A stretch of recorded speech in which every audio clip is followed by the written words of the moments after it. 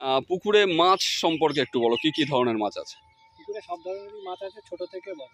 ছোট থেকে বড়। প্রশ্ন ছিল, ধরো কোনো কারণবশত মাছ খেলো না, সেক্ষেত্রে কি রকম সিদ্ধান্ত রাখছো? কোনো সিদ্ধান্ত নেই। কোনো সিদ্ধান্ত থাকছে না।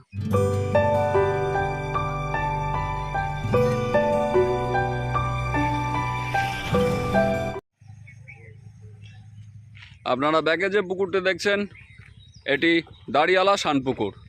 স্থান গঙ্গানগর দাড়িয়ালা মসজিদের সামনে, উত্তর 24 পরগনা। আপনারা গঙ্গানগর স্টপে নেমে এই পুকুরে আসতে পারেন। আগামী 26 তারিখ থেকে রবিবার এই পুকুরে একটি পাস ওপেন হতে চলেছে।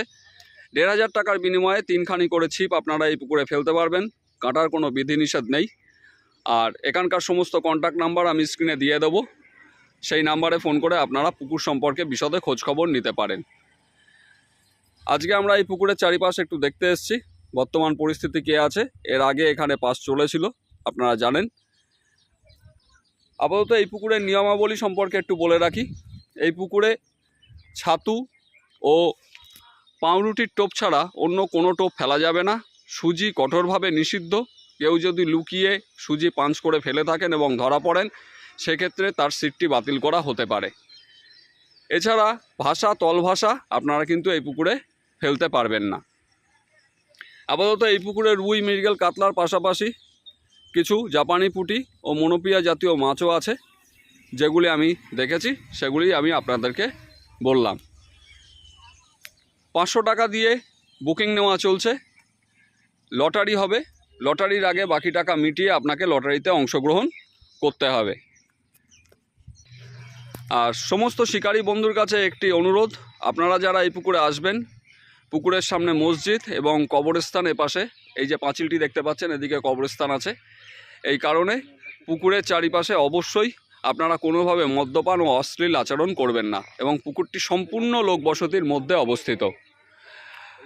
আপনাদের কাছে একটি অনুরোধ, আপনারা যারা বুকিং নেবেন, পুকুরে এসে পুকুর দেখে নিজে পছন্দ করে তবেই আপনারা সিদ্ধান্ত নেবেন, নতুবা পুকুরে সিট নেওয়ার কোনো প্রয়োজন নেই, এরকমই জানিয়েছেন কর্তৃপক্ষ। আমি পুকুরের মালিককে পেয়েছি, তার কাছ থেকে পুকুর সম্পর্কে একটু খোঁজখবর নিয়ে নেব এবং আপনাদের সামনে তুলে ধরছি। আচ্ছা, এই পুকুর কর্তৃপক্ষ যিনি পুকুরের দায়িত্বে আছেন, রাকেশ, তো পুকুরে পাসটা 26 তারিখ থেকেই শুরু করা হচ্ছে, তাই তো? 26 তারিখ রবিবার, 26শে মে। হ্যাঁ। আর টাইমটা কটা থেকে কটা? 6টা থেকে 6টা। 6টা থেকে 6টা। লটারি 5:30টায়? 5:30টায়। আর টোটাল সিট কটা আছে? 16টা। 16টা সিট। লটারি কটা সিটের হবে? অলরেডি হবে 15টি। 15টি সিটের লটারি হবে। আচ্ছা, এছাড়া আমার যেটি প্রশ্ন ছিল, ধরো কোনো কারণবশত মাছ খেলো না, সেক্ষেত্রে কী রকম সিদ্ধান্ত রাখছো? কোনো সিদ্ধান্ত নেই। কোনো সিদ্ধান্ত থাকছে না। তাহলে যারা আসবে তারা পুরো নিজ দায়িত্বেই পুকুরে বসতে হবে। তাহলে আপনারা বুঝতেই পারলেন, এই পুকুরে কোনো রকম কোনো সিদ্ধান্ত নেই। তো সেক্ষেত্রে যারা আসছেন তারা কিন্তু অবশ্যই ভেবেচিন্তে বুঝে তবেই সিট বুকিং করবেন। আর যে সমস্ত শিকারীরা এই পুকুরে আসছেন ঘরে অশান্তি করে এবং গাটের টাকা খরচা করে, তাদের কাছে অবশ্যই একটি অনুরোধ থাকছে যে আপনারা অবশ্যই পুকুরে আসুন। পুকুরে মাছ আছে কি না খোঁজখবর নিয়ে তবেই কিন্তু আপনি এই পুকুরে সিটটি বুকিং করবেন। পুকুরে মাছ সম্পর্কে একটু বলো, কি কি ধরনের মাছ আছে? পুকুরে সব ধরনেরই মাছ আছে, ছোট থেকে বড়। ছোট থেকে বড়। ছোট বলতে ছোট মাছের মধ্যে কি কি পড়ছে? ছোট মাছের মধ্যে রুই, কাতলা, তেঁচা নেই। রুই আছে অল্প 300-400 জেলে। আচ্ছা। আর কাতলা আছে ওই 400-500 উপরে। আচ্ছা, 400-500-এর উপরে। আর মনোপিয়া? মনোপিয়া আছে। মনোপিয়া ছোট থেকে কেজি পর্যন্ত আছে, তাই তো? এছাড়া জাপানি পুঁটিও আছে? জাপানি পুঁটি আছে অল্প। আচ্ছা, ঠিক আছে। এর আগের বারে যেরকম ব্ল্যাক কাপের চাপ ছিল, গ্রাস কাপের চাপ ছিল, সেটা এবার নেই। ঠিক আছে, তাহলে আপনারা মাছ সম্পর্কেও জানতে পারলেন। তাহলে দেখা যাক আমরা পাশের ওপেনিংয়ে কীরকম রেজাল্ট পাই।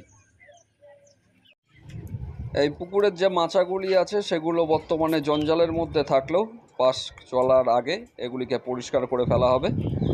আর প্রয়োজন হলে বা বিভিন্ন কারণবশত হয়তো পাশের দিনও পরিবর্তন হতে পারে, এরকমই জানানো হয়েছে কর্তৃপক্ষের তরফ থেকে।